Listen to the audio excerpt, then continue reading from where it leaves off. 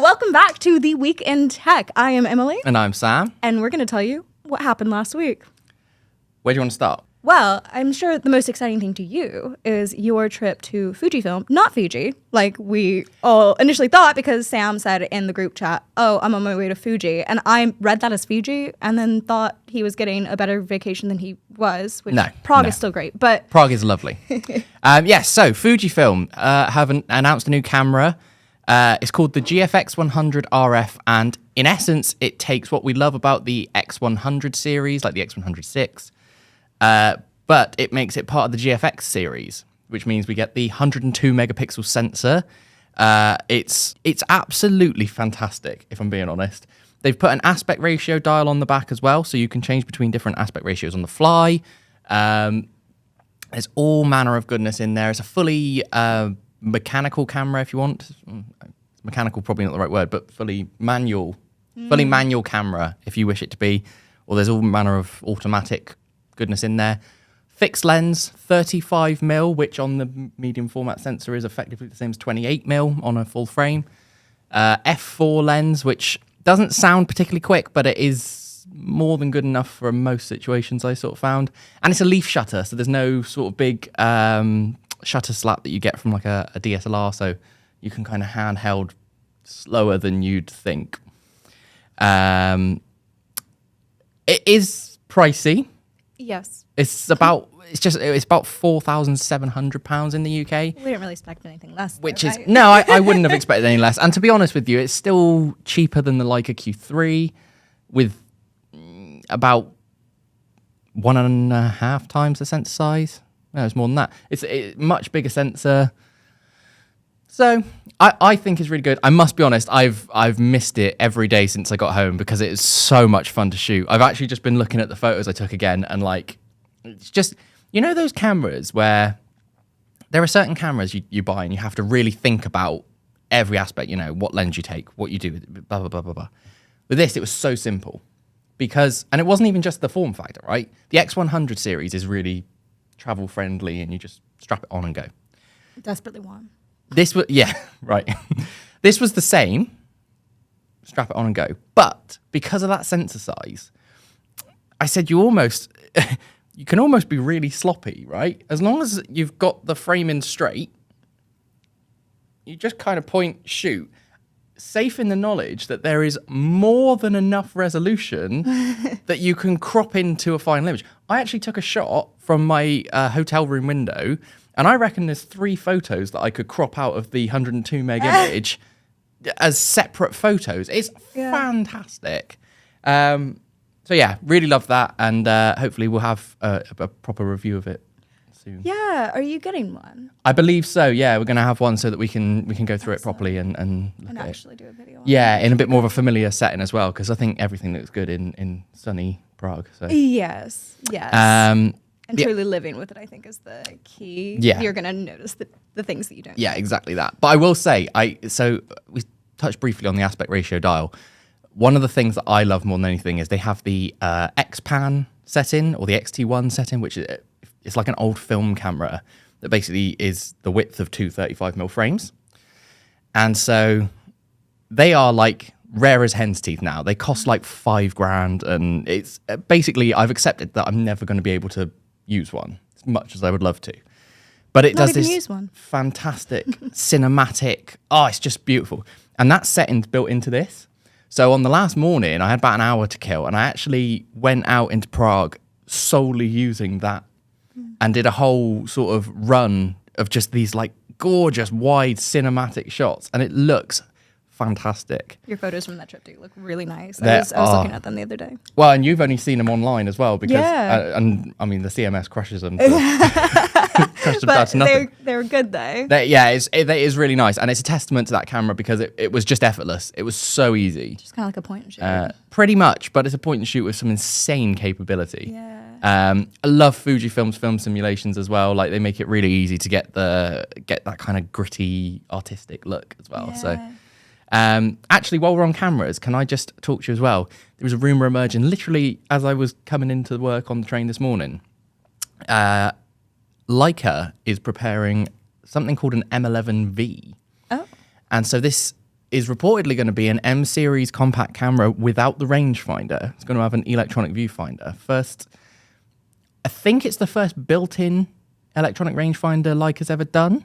Yeah, They've previously been... that might not be right, actually. I'm thinking the SLs might have them. I need to check that. But in any case, it's quite a departure for the M series, certainly. And it sounds like an interesting camera, right? A compact camera. M mount lenses are fairly common. And you know, the rangefinder on a Leica M series is quite a... What's the word I'm looking for? It's a part that could fail quite quickly, right? They need calibration more often than an electronic viewfinder. Right. So maybe that's an interesting move. The report I saw this morning said that it is already being seen sort of in the back end of the Leica website, so it could be released relatively soon. That's exciting. They've been on a releasing spree recently, haven't they? They've done quite a few, actually. Yeah, we've had a few different ones in. Yeah. The Q343 was the latest, wasn't it? I believe not the latest. I believe the latest so. You had, yeah, right? I think it was. No, yeah, they just seem to be knocking it out of the park at the minute. I think there's some good stuff coming out. Really I had the M11D as well for a bit, which was really good fun. A little bit of an odd. You know, it's effectively a complete no viewfinder digital camera. Yeah. So you don't see the images until you've taken them off at the end, which is scary. But it was really good fun. So yeah, I think they're on a bit of a hot streak at the minute. That obviously it's Leica, like they're always going to be, you know, popular. But Yeah. they do a really good job, and it's an exciting time. I'll tell you what, the other thing I was going to ask you on this. Who is buying these cameras, right? Who's buying them?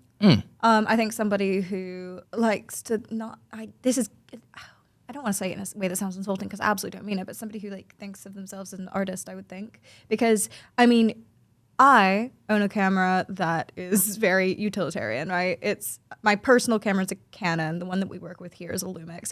Both of those aren't like, you know, artsy cameras. They're both, you know, about making the most of a lot of situations. Yes. And it's Jack of all trades. Yeah, jack of all trades is very modular, you know. But I think those types of cameras are for working, I don't know. I mean, I'd say this not a camera expert at all, just someone who's like interested in it and kind of does it for work. I think those cameras are intended for having a lot of variables, whereas the ones that you kind of talk about are people that are purposefully limiting you in order to make you, you know, become a better. It's interesting. Like you know how everyone says like when you're first starting out with photography, start with a fixed lens because that forces you to be the one to move around and frame your shots, rather than like, you know, leaning on zooming and stuff like that, which forces you to think more like a photographer. Yeah. So you're learning more, and it's kind of like, you know, the joys of film nowadays, because the part of the excitement is that you don't know what you're getting, right? And that's the fun bit. So like these cameras, you absolutely probably do not want to be using in a work setting, but they are joyful. And I think maybe, I mean, it's kind of like, I mean, you're going to hate me for bringing this up, but kind of like bringing back handwriting with e-tablets, right? Like that's so joyful to me. Yeah. I think what more gets me is we see a lot of these sort of high-end cameras like the Leica Q3. I'm gonna guess that this Fuji GFX is gonna be the same, where they launch and then there's a period of time where they're actually, you can't buy one off the shelf. It's not like you just walk into a camera store and go, hey, I'd like one of those, please. It doesn't really work because in that they're way. oversubscribed, not because they're not releasing. Yeah, I think it is. From what I've sort of had this conversation Like the Fuji hype. over dinner with, because there was a period of time where it looked like Fuji was sort of artificially limiting its stock, and I don't actually believe that's the case. Having had conversations with people at this event, we were sort of chatting about it. It was like, well, it doesn't seem to be that. But also, how many people do you know who own a Leica Q series or whatever? Do you know what I mean? Like No. we're fairly into the. I don't know anybody. I know one person who owns a Leica Q series camera. Are they And I in don't- photography? No, but he is a content creator, so Okay, yeah. it's like his B camera. I guess, Exactly. sort of It's thing. nobody's A camera. Yeah, It's but then it's like enthusiasts $5 extra. grand. Yeah, yeah. I guess it's just, I don't know. Got that content creator money, baby. Yeah, I suppose that's what it is. Maybe that's what it is. Yeah. It's interesting to me because I feel like it's a world that is actually really thriving at the minute, despite expectations. It's a bit. Is that fair to say? Yeah, yeah. It's good to see. It's good to Definitely. see. Anyway, let's move on from the It is world of fascinating, snappy snaps. I was reading the other day that our news editor Rick, who's also a gaming aficionado, he wrote about the possibility of PS6s coming with solar-powered controllers. So, yeah, because apparently they've leaked or seen some type of, schematic that shows solar panels on your control, which ain't going to help all those people in their dark gaming rooms. That requires you going into the sun. I was just about to make this comment. I'm really glad you said it first, so I'm not the controversial one this week. That's not controversial, I don't think. Yeah. How much sunlight do you get in your mum's basement? So my thing with this is, I do get it. Solar charging has gotten really good, right? I'm going to pull it to watches briefly, but it is technological. Yeah. There's a new Tissot watch called the PRC100, and it's basically got the first of its kind, a crystal where the solar gubbins, I don't know what you'd call it. What are gubbins? Well, like the solar bits, the bits that take light energy and convert it into power, right? Uh-huh. The technical stuff sits in the crystal. So previously on watches, you had a solar panel as the dial, and it would collect light through that. But it meant that you were really limited in terms of what colors you could have. Oh, yeah. Now, because it's doing it clear through the crystal, you can actually just put that into any watch, cool. right? In theory. Now, that sort of technology means that actually I could see solar technology and solar charging becoming way more commonplace in the next few years, because it's no longer a case that it has to be like a sort of almost jet black panel that absorbs all the light. Yeah. It can kind of do it in other ways.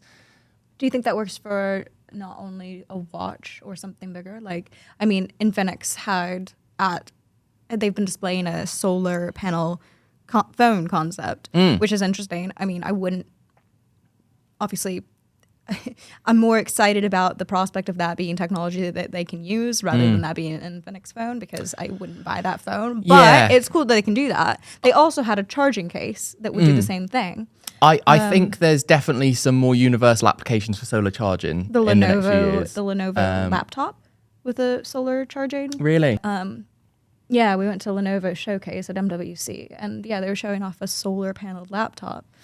See, this is what I mean. I feel like there's something in this. And also, I don't know if this is... with that watch in particular, they were talking about how it can be charged from artificial light. And it's not uncommon. I see that from that a was few true of the brands. Infinix phone as well. So what's that all about? Because it used to be that it was done through UV.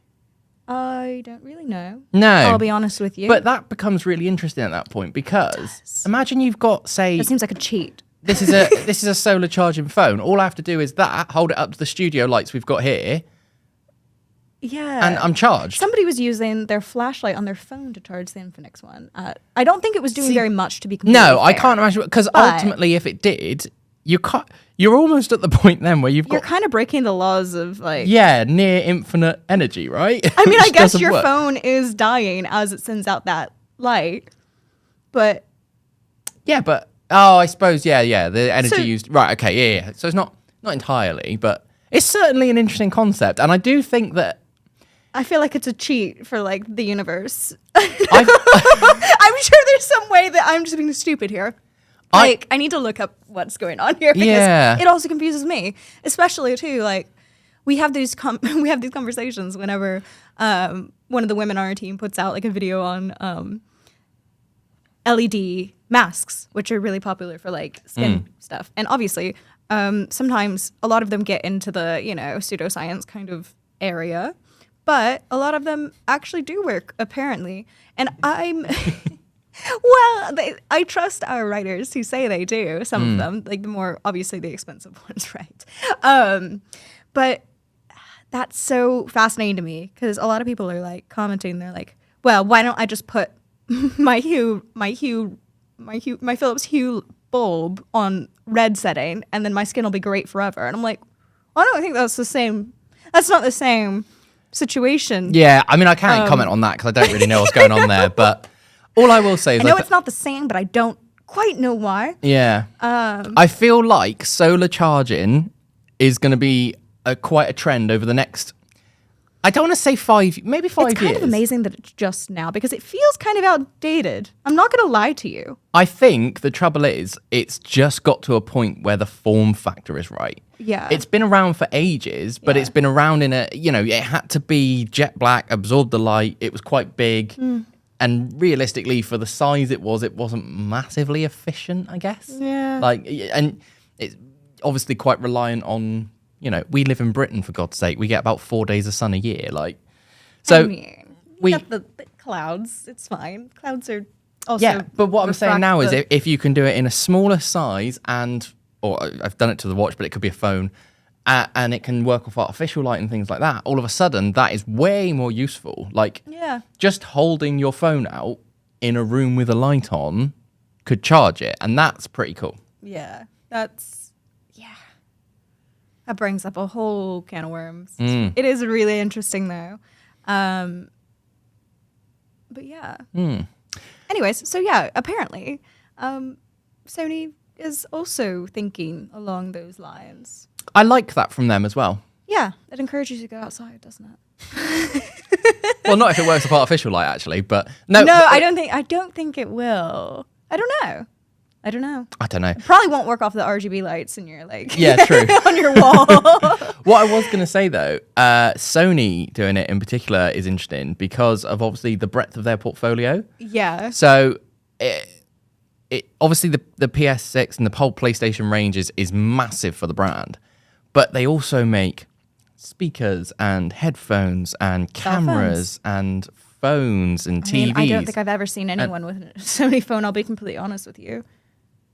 No, I don't think I have either, but that's not the point. I have one in my locker at the moment, but they just never asked for it back. I'm like, did you want? They did. Do you know what? I actually do like the Sony phones. I must say. I like Sony as a whole. I really do. I do like their phones. I think they're quite solid phones, to be fair. But in any case, the breadth of their portfolio means that if it works, think of it on like earbuds. You wear your earbuds as you wander around town. A little solar panel on each bud. Those are becoming little computers, honestly, those earbuds. They're mental, aren't they? Yeah. But if it's got a little solar, it could just keep almost topping up its charge as you wander around. I'm not saying it'll be infinite. It'd be under my hair. That's a good point. That is a good point. That's sexist, Apple. Don't do it.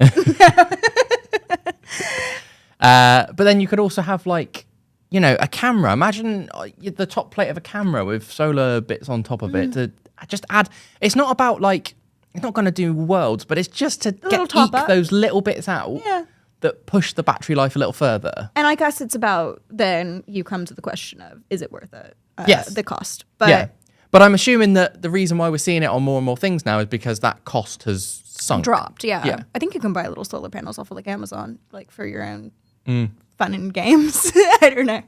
But yeah. That's cool. Yeah. Let me change the topic if you don't mind. So, dummies.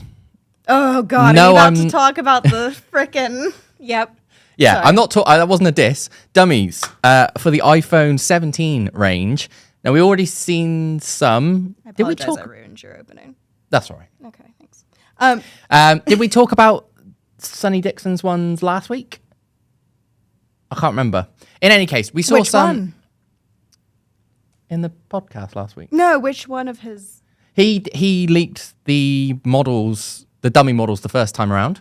Right, but now we've seen the Now 17 Pro without MagSafe?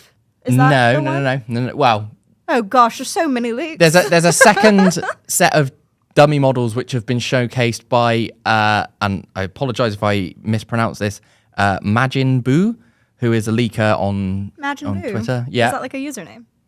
Or a name? I believe it's a name. I don't actually know, to be honest. But Okay. it's a Twitter account is very I'm fairly certain it's a name. Okay. But in any case, it's so we've seen a second set of dummy models, and one thing that we've noticed about the iPhone 17 Pro, not the Pro Max, the Pro, is that the ring for MagSafe on the back is incredibly close to the new camera bar. Now, if for those who aren't aware, it looks like the iPhone 17 Pro and Pro Max are going to get quite a substantial redesign this year, where they have about an inch thick camera bar all the way along the top. Now, what it might mean, and what we've sort of gleaned from the proximity of the two, is that existing MagSafe accessories like chargers and some other accessories, wallets and things like that, they might not fit the new Pro devices because it does look that close. That's so frustrating because I have a rather good Qi charger at home, well, MagSafe charger that is one of the dual ones where it has like a rotating head. It's really nice, but it's the first time I've actually ever used like standby mode. Actually, like it's good, and then I have a little place to charge like my AirPods if I ever use them ever again. But it's great though. And that's so disappointing. Also, how does that work with standby mode? Because then presumably, if your MagSafe is kind of off center. Because that sounds what you're saying. Is it off center? No. So if you imagine, right, MagSafe on an iPhone is normally about yay. Yeah. Right? Yeah. But the trouble is now, when it used to have that, the camera was just sort of there. Yeah. Sorry, I'm doing all this. I don't know if you'll be able to make this out on the camera. Camera's No, just in probably this corner, and you had your MagSafe, so you could fit. With this one, the bar is like that. So you're saying the camera has gotten closer to the MagSafe, not the MagSafe has gotten closer to the camera, Yes. and that is the problem. Oh, Okay. We're not 100% certain it's a suppose problem. that would be the We suspect it might be a problem. If these leaks are real. However, now, this isn't going to be a popular take. I Surprise, do think, surprise. I do think it'll be really good for the sort of pushing the envelope in terms of what we get from MagSafe accessories. Because you're going to have to make them skinnier and sleeker and more svelte. And I think you'll actually find that you get, MagSafe chargers, MagSafe wallets, things like that are much more slender and nicer to use and take less away from the design of the phone. I have other comments to make about the design itself, but I'm going to hold on Let's those. just not, because I also have things, and this could just evolve into it. Yeah, well, and the other thing is, and I'm not, unaware of the fact that we are still 6 months away from when we anticipate them to launch. It could all change tomorrow, right? This could all just be a red herring. Absolutely. But if they do decide to go down this road, I think if they do decide to go down this route, I think it will be an interesting decision on their part. Yeah. Because the other thing is, it looks like that's the only one of the four that's going to be affected, right? The standard base model is still the kind of to the left camera. The Air is a slimmer one camera bar, and the Pro Max is bigger. So it's not as far away. It looks like it is just the Pro that could have this issue. That's so interesting. Can I also, I don't know, this is slightly different. You know how when we've talked about the iPhone 16e, we've said, oh, it doesn't have MagSafe. I didn't realize that it still has wireless charging. Does it? Yeah.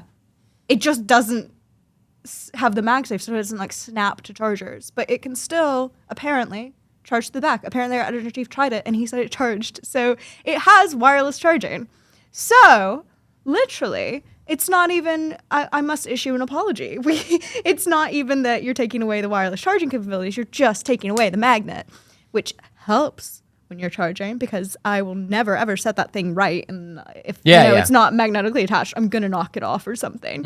Well, it's also good for accessories, right? I always used to love MagSafe on a car mount. Yeah. So you stick it on, and that's like wedged. Yeah. It could still work in those cars now, though, that like have like those charging pads and stuff. Yeah, so but if you've got a car like that, I'm guessing you're probably not buying a budget iPhone. No, probably not. Yes, that's a good point. But anyways, so I thought that was a very interesting thing. That kind of blew my mind, because I didn't think about that at all. Yeah, of course they can still have wireless charging, even if it doesn't have MagSafe. It's a weird choice. But well, I think it's an obvious choice. You think? Yeah, because otherwise you're getting way too close to the spec of the iPhone 16. I think it's already actually quite a good competitor, but at least if you're desperately tied to MagSafe, it's like, okay, well, I have to get the iPhone base model because I want MagSafe, right? Yeah. And if you're by the same token, if you look at it and you go, well, I don't use MagSafe, I plug it in every day, like save 200 quid, go get the iPhone 16e. It works from a business perspective. But you can still wirelessly charge it, so it's not even that big of a deal. So in my eyes, that puts it even closer to the iPhone 16 than we thought. And that might explain why Apple has not mentioned that. They were a bit quiet about it, and I was not sure if that was because I was stupid and assuming that MagSafe automatically meant they took away, because those go hand in hand, right? I don't know if that was a stupid assumption of me to say, oh, it doesn't have MagSafe, it doesn't wirelessly charge, but no, it does. I don't think I heard people saying that. I mean, apologies if somebody out there has been yelling that, but I don't think I heard many people talk about it, and that's interesting. Yeah. Anyways, I just thought that would be a good little thing to point out there. But I do have a rather good MagSafe charger at the moment, like a good dock thing. It's really nice. And yeah, I have used standby mode. I've been trying to, I have it set up for when I'm going to sleep at night. I kind of dim my lights at certain points, you know? So I have a before bed and a good night little button, and it'll dim the lights when yeah. It's nice. Was that sarcasm, Sam? I mean, it's an interesting... It's brilliant. Are you kidding me? All the lights in my house are Philips Hue. All of them. Oh, wow. Yeah. I get really mad when my partner turns on one of the non-Philips Hue lights.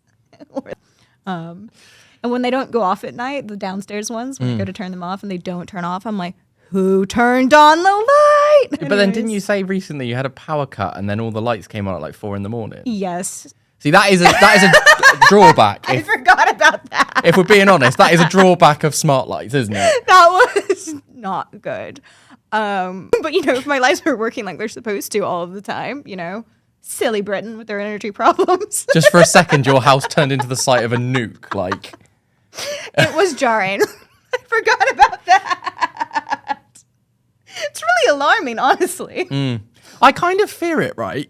I love it. Sorry, this is a weird bridge to take, but I quite like the idea of smart home tech, right? I've not really dabbled in too much of it, but I love the idea of having a fully connected smart home. However, it's so fragmented at the moment, though. What happens if, say, in this scenario where, and you've got absolutely everything in your house connected to it, so the fridge has started swinging the door back and forth, and the curtains are opening and closing, and all this. Well, you can't. I mean, that is terrifying, right? That's like that episode of Madam Secretary where everything started blaring at once in their home and it was like a cyber attack. Terrifying. I don't even like it when Siri won't. Sometimes Siri goes rogue and won't obey me. Did I tell you about the time that she accidentally turned on or whatever? I was on my phone and I guess I pressed a button or something, but she started blaring Lady Gaga and I was like, Siri, please turn off the music. And Siri stops the music and goes, there's no music playing. Poca Papa.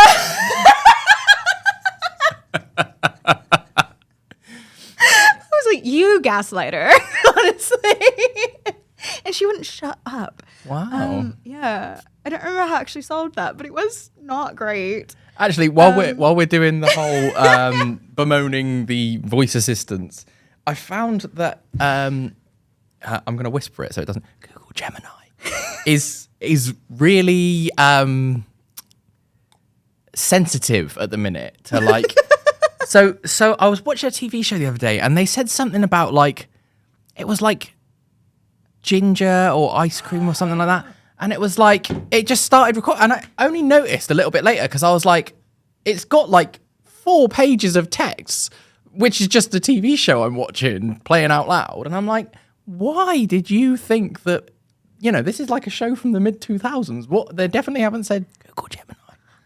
I have a small... Okay, this is fascinating to me, right? The ability... Because in theory, right, when Apple does their keynotes, and they're obviously saying Siri all of the time, loudly, clearly, there's some kind of rumor that they adjust the frequency just slightly enough so that your phone doesn't recognize it when they say that, because otherwise... Siri's all the way across the world will be going, yeah, during the Apple keynote. And so there's some type of theory that they somehow alter the like broadcast to make sure it doesn't do that. Interesting. Which makes sense, right? Because there was also that like commercial way back when like was it Google or Amazon had to send an update because I think it was like a Burger King commercial where they said like, Alexa, order me a burger or something like that. And Everyone. that's not exactly what it was, but oh gosh, because I wanted to do a video on this at one point because it's so fascinating to me. But yeah, so they had to send out like an update that made sure it didn't respond to that like particular clip of text. There's also an instance. There's another country. It's one of those like Scandi countries that does everything right. Okay. They had a radio message that went out for people driving during rush hour where it said like, Siri, turn off my phone or something over the radio. And that was their like no texting kind of campaign. Which I love. Isn't that cool? It's interesting, isn't it? Because like there's so many, you can almost control someone else's device. Yes. I want to be able to name my device whatever I want. Yeah, I think that would be good. Yeah. I think that would be Jarvis. Because actually, do you know what? There's no Alexa in here. There's an artist in the UK. Look around like, is she here? There's an artist in the UK who has a song called Alexa, and he said he wrote it purely so that no one could play it on an Amazon Echo device. Stop it. I quite like it. I do like that. I like the premise. Anything else from this week that you can think of? Yes.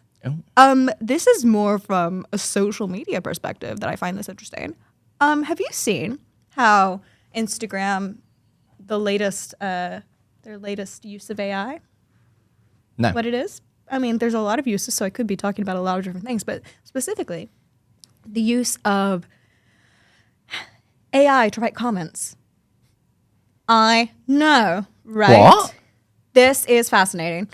Apparently, there's going to be a little, when you go to comment on someone, it'll suggest what you should be commenting, which is really interesting because apparently it will like, look at people's photos and try to like extrapolate like what it is and what you can comment, which is interesting. So it's like a shortcut to, I guess, they think it's a shortcut to commenting what you were already going to comment. It's like, oh, so gorgeous. Wow, queen. Yes, lovely. That kind of thing. Which is fine if it does that. If it goes the other way, that's when it starts to get... I mean, if it's wrong, yeah, that's very problematic. Bad. But hopefully, because the user is actually selecting it, fine. But they're also experimenting with using bots to increase people's engagement. Not in the way you think, right? But that's ridiculous. Yes. But apparently the thought here is that AI bots will give you that little hit of dopamine that you need to keep posting. And it will also hopefully prompt more people to comment. Because you never want to be like the first person to comment, right? On someone's, Wasn't the entire internet built on saying first on every post? Oh, well, nowadays. But like, first and then come to Brazil. That's what the entire foundation of the internet is at this point. Honestly, yeah, but only if like you're already kind of established. Then people find it like being a right of... I always am like, oh my God, somebody commented first on one of our videos. That means you think it's like going to go somewhere. Wow. But yeah. I find that weird. I can see where Meta thinks that'd be the right thing to do, but it does just open up a world of... I mean, it's not very social, is it? No, I understand the premise, right? Because they want people to keep using their platforms. Right. And I get it, because like, I do find sometimes that like... I mean, I have a suspicion that actually a lot of the people that like and comment on my posts on Instagram are bots half the time. Yeah. Based on... private. It looks a bit funky. But it's so dystopian to sort of go, oh, yeah, we're actually going to send out a load of, like, what? Yeah. That's bizarre. I'm not sure I like that. No. Really at all. No. Because it also, like, the whole dead internet theory, it comes back, it's not even it's not, that sort of sounded like a conspiracy at one point. And now it's like, no, we're actively selling that. Like, yeah. No one really is interacting with you anymore, but still keep supplying the machine so we can keep selling ads. Who are they selling ads for as well now? If they're actively saying that they're going to be pushing bots to boost engagement. Well, I don't think it's actually going to boost engagement as in the metric that they use to like fuel the algorithm. I think it's to one, trick users into thinking, getting that little hit of dopamine when they post something. And then they say, oh, the algorithm's actually noticed me. And then you kind of get that like comment. So you get the like confirmation that, you know, Instagram's seen it and has tried to like read it or whatever. Could actually become like an SEO kind of signal at this point. But then also, you get the little hit of dopamine that says someone's commented. Even if it's not a real comment, you still kind of get that like, oh, look at that. And then on top of that, you think it prompts people to comment then. Because I guess we are herd animals, really. And we see like, oh, someone's commented, I better comment as well. And then you've got that kind of like, you're starting the conversation a little bit. Which is sad because nobody wants to have conversations. But it's interesting to me because... I mean, Meta's crazy. I hate it. It's a bad company. There goes our Facebook. But like, it feels like 10 years ago, you'd have talked about this and people would have gone, nah, you're crazy. But because also, right, think about it from like, say you're you know, as many young people are these days, they aspire to be influencers and whatnot. Yeah. If you're a brand, how do you navigate that? Like, oh, this person's got loads of engagement, but actually, it could be 50% bots. Like, and then I guess that does also limit what third parties can do with Instagram. Like when you use third parties to like calculate the engagement of influencers and stuff before you decide to like launch a campaign with them. You know, and I'm speaking as in like I used to do the whole thing where like you would, you know, do like UGC. Unless Instagram is going to give those platforms access to who's a bot and who's not, then you're not going to have very accurate engagement rates. But it's so interesting because like that's obviously used as a marketing metric. And anyways, I mean, this is like my whole fascination, right? So it's kind of off topic, but I wanted to talk about it. Bots might be in your Instagram feed still, and this time they're bots that are actually condoned by Meta. Yeah. I mean, I guess if you can't beat them, join them. You're a real fan of this company, aren't you? If they would just get their UX straight, it'd be better. Okay, all I'm saying. Sort out Meta Business Suite. That's where this all stems from. All the hatred comes from that. Oh yes, they actively try to make my life harder every single day. It's very difficult. Stop moving things too. Like leave them where they are. Stop. Like I'm gonna go insane. It's like every time. I think we might be closer to that than we thought. I know, truly. Like, everything's about to send me off the edge. I'll probably have to clip this out, but it's literally, like, when you go into Meta Business Suite, it's literally like walking into your house and finding that, like, that vase over there has moved, like, a foot to the left, and you're like, I don't think it was like that last time. That's such and then a you're good just kind of analogy. like, maybe it was, and I'm just stupid. And then you just don't. Anyways. All right. Well, Yeah. that's weird anyway. Yeah. All right. Well, thanks for watching. Leave us a comment. Let us know what you like. And we'll see you next time. Yeah. Bye. Bye-bye.